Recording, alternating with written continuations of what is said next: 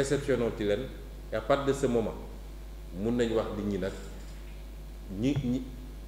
ñi ëpp ñëpp foofu on leur dit on ne veut plus avoir des gens sur les trottoirs ou ici et là vous quittez et on prendra les dispositions avec la police s'il le faut pour les enlever de là-bas bu ñu paree nag ñu xool pour les exercices à venir comment trouver les crédits pour defaraat marché bu ko defaraat ko réhabiliter ko génne parking bi parce qu'il y a un parking qui est occupé génne les voies ba mu leer nañ éclairer ko sécuriser ko et c'est ça moi mon planning je veux qu'on le fasse méthodiquement mais ça aurait été facile nga xëy rek ne je déloge tout le monde les gens vont dire ñun amuñu feneen fu ñu dem c'est l'intifada nit ñi xeex fii ci mbedd yi et cetera si on doit arriver à ça na fekk ñu am lu ñu leen di proposer ba pare et c'est ça un peu la démarche mais la situation du marché Boucotte ne convient à personne même pas aux commerçants qui sont là-bas pour les centres le truc bon Talibé je crois faire régulièrement le tour du Sénégal gisuma fenn fu am benn local bu mun a recevoir des milliers de jeunes même pas à Dakar je n'en ai vu nulle part nous quand on va organiser des activités à Dakar c'est un casse-tête même le Grand Théâtre ne peut pas prendre des milliers de jeunes à la limite quelques centaines et souvent ils mettent des écrans géants ñenn ñi ne ci biti un local ici au Sénégal qui peut prendre des milliers de jeunes il y en a pas. Alors après les activités il faut avoir des cadres selon le nombre ça part des stades pour les concerts et autres les matchs jusque peut-être des aires aménagées comme ce qu'on veut faire avec le parc boo xam ne mun na jël plus ou moins des centaines de personnes mais avoir des milliers de jeunes je ne pense pas. Ensuite le projet qu'on a proposé est différent du projet du Zik City Center. Le Zik City Center c'était un complexe, c'était un bâtiment à construire pouvant abriter différents types d'activités et une piscine de loisirs à côté. Nous on parle d'une piscine olympique, c'est différent. Et donc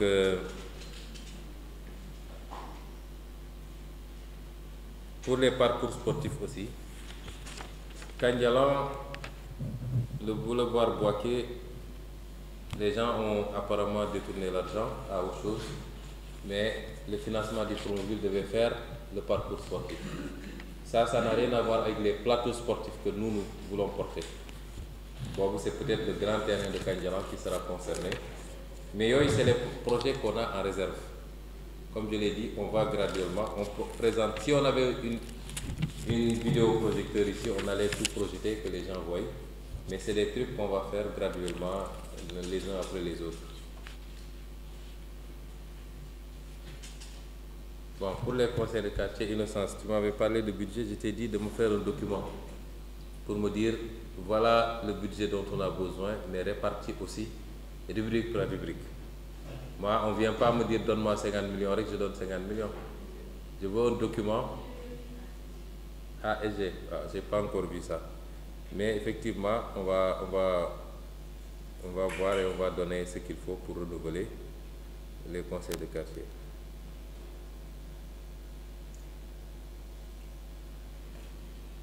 Donc pour l'éclairage, je crois que j'ai... Pour les lampadaires solaires, ça ne relève pas de notre compétence. Ça aussi, c'est les poteaux électriques qui relèvent de la compétence de la mairie. L'État a commandé ces lampadaires solaires, les a installés et a signé avec des prestataires qui font l'entretien. Donc nous, on n'est pas impliqués pour les lampadaires solaires. Et ça, c'est valable pour toutes les communes du Sénégal. L'État avait dit, boo gisee benn lampadaire solaire bu nekk di jar 1,2 million, c'est que les prestations d'entretien sont incluses. Et je crois que, on m'a dit que le prestataire, il a des locaux ici. Donc ça relève de l'État et nous ne pouvons pas intervenir sur ce qui ne relève pas de nous. C'est comme le boulevard 54, on est interpellé tous les jours. Nous, on interpelle la Géroute. Et si on dit que les Chinois disent que l'État n'a pas payé, qu'est-ce que j'y peux moi? C'est une route nationale qui ne relève pas de la mairie. Donc malheureusement pour les lampadaires solaires, jusqu'à ce qu'on rétrocède, parce que je crois qu'au bout de certains temps, ils vont rétrocéder aux communes. Mais pour le moment, ce n'est pas encore le cas, c'est de la responsabilité de l'État, nous on ne peut pas intervenir sur ça.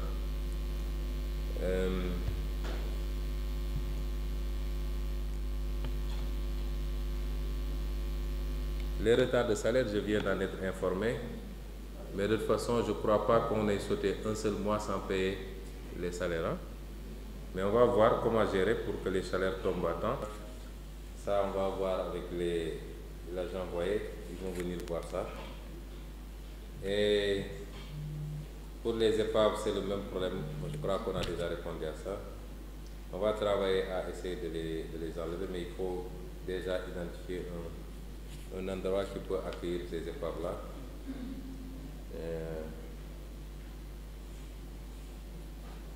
La route Aline Sitoé Santhiaba, ça c'est la surprise du chef.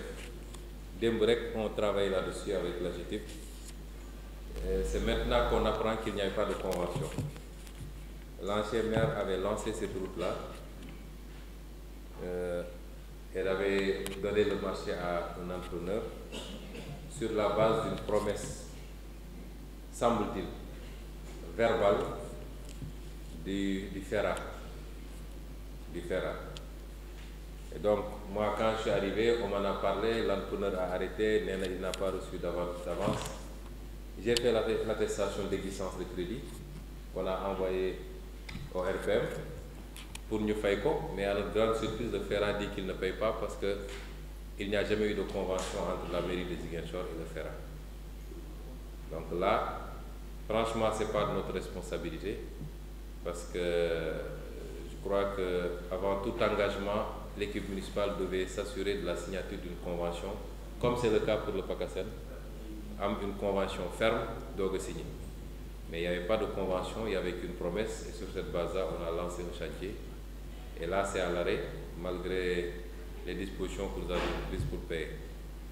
On va voir maintenant comment gérer cette situation-là. Certains m'ont interpellé, pas plus tard qu'hier, quelqu'un m'a interpellé pour me dire « Oui, nous on habite dans le parage, mais c'est pas... Est-ce que c'est pas parce que l'ancien maire, sa maison familiale est là-bas, tu as arrêté le chantier ?» Je dis « Mais comment les gens réfléchissent ?» Comment les gens réfléchissent? Je ne savais même pas que la maison familiale de l'ancien maire est dans les parages, c'est hier que je l'ai appris. Alors,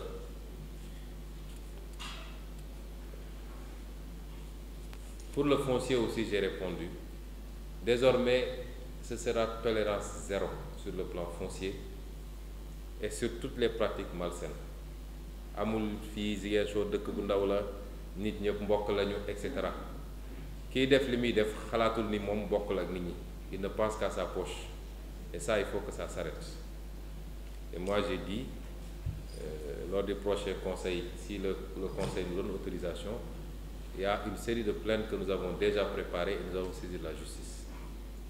Au-delà, nous sommes en train de voir comment monter, en tout cas, une équipe qui va prêter serment et qui va suppléer un peu à l'urbanisme qui ne fait pas le travail, mais même un peu à l'assainissement et au service d'hygiène pour les questions de branchement clandestin. Mais désormais, ce sera tolérance zéro. Il n'y a jamais eu de tolérance d'ailleurs, mais tamit nit buñ la mayee tuuti nga war a xool nooy génnee sax ci yenn yi. Mais jusqu'à présent, les gens continuent à Kandiala et à Fele, Djibo. Mais les gens, ils continuent. On dit, ils vont là-bas aux impôts. Les gens disent, les impôts leur font une notification, voilà le numéro d'immatriculation, etc. Alors qu'il n'y a pas de lotissement. Moi, j'ai appelé mes collègues des impôts. Je leur ai dit, je vais déposer une plainte. Il m'avait promis qu'il revient semaine bi. J'ai dit, je dépose une plainte. Il faut que ça s'arrête. Il y a des responsabilités au niveau de la mairie, au niveau des impôts et au niveau de l'urbanisme. Eux, ils font un bon travail, ils sont tout le temps sur le terrain. Chaque jour, ils m'envoient des vidéos des gens qui construisent, qui n'ont aucun document, pas d'autorisation de construire. Ça, même, ça va s'arrêter à Ziguinchor. Parce qu'on ne peut pas continuer comme ça. Et s'il faut casser certains sacs, il va falloir casser, mais malheureusement, le préfet est parti. Et ça, on ne peut pas continuer ça. Bon, construire en hauteur, c'est une bonne idée, hein, madame. On va l'examiner, mais comme vous l'avez dit, c'est beaucoup plus compliqué. Il faut des normes très strictes. Mais hier, j'y réfléchissais, j'ai dit les 1000 mètres carrés supplémentaires de Baneto, est-ce que nous pouvons les faire en hauteur? Ça nous donnera, pourquoi pas, des centres commerciaux carrément. On a aussi presque 1000 mètres carrés ici, à l'entrée de Goumel. Même le faire en partenariat public-privé.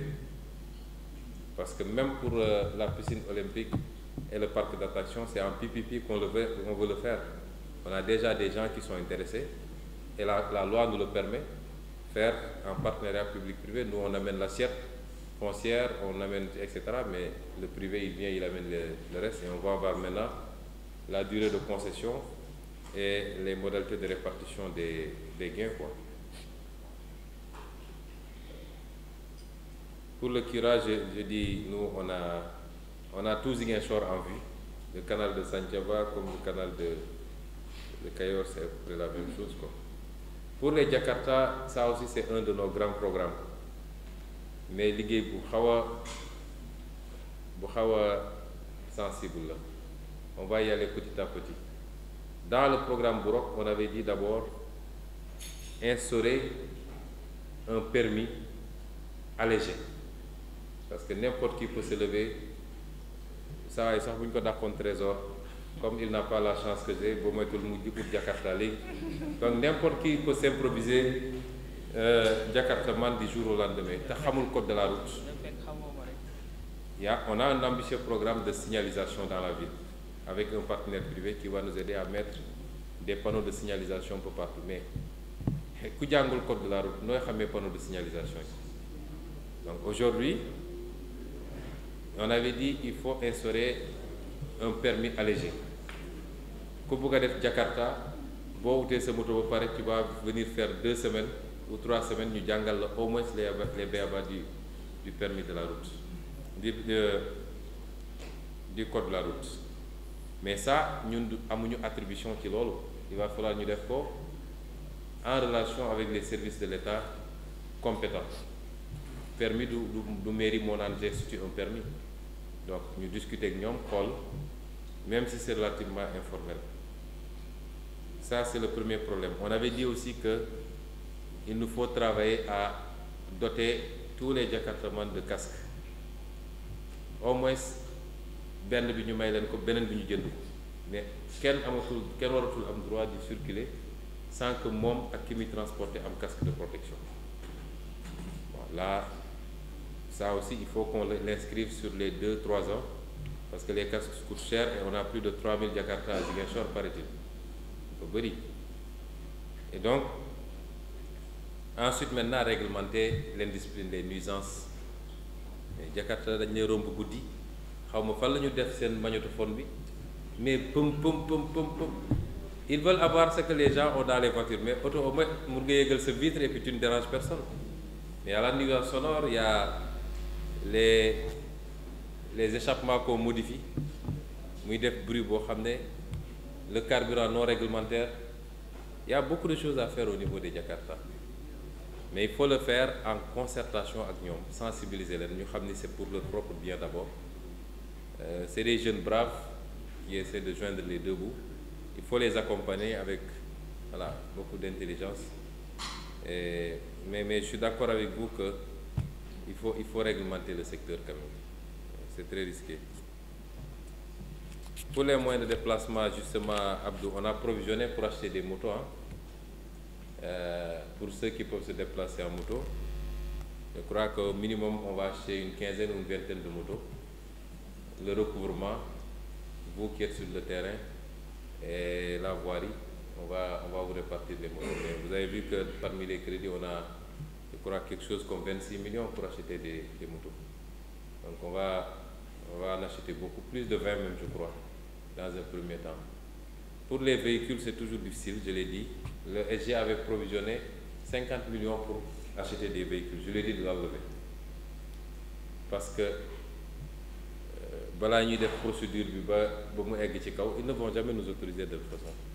Voilà, si nous autorisé pour une demande de 2023, ce sera en 2025 que ça va arriver. On va continuer à se battre pour avoir des véhicules. On utilise d'autres canaux pour avoir quelques véhicules. Et j'ai préféré provisionner pour... Voilà, on a fait le tour de la question.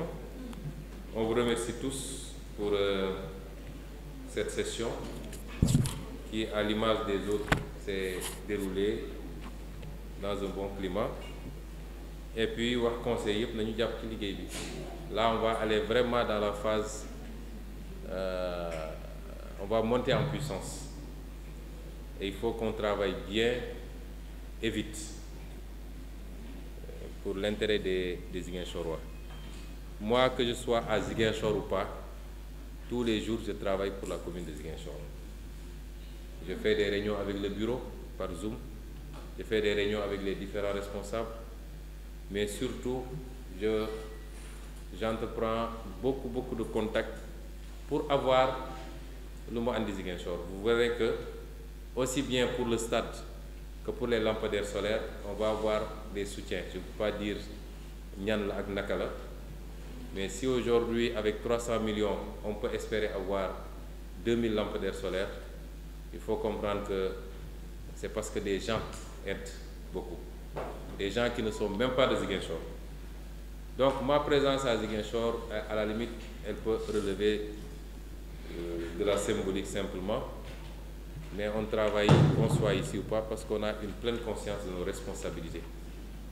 On n'est pas venu à Ziguinchor pour faire du tourisme, et j'ai plus intérêt que tout le monde à réussir quelque chose à Ziguinchor.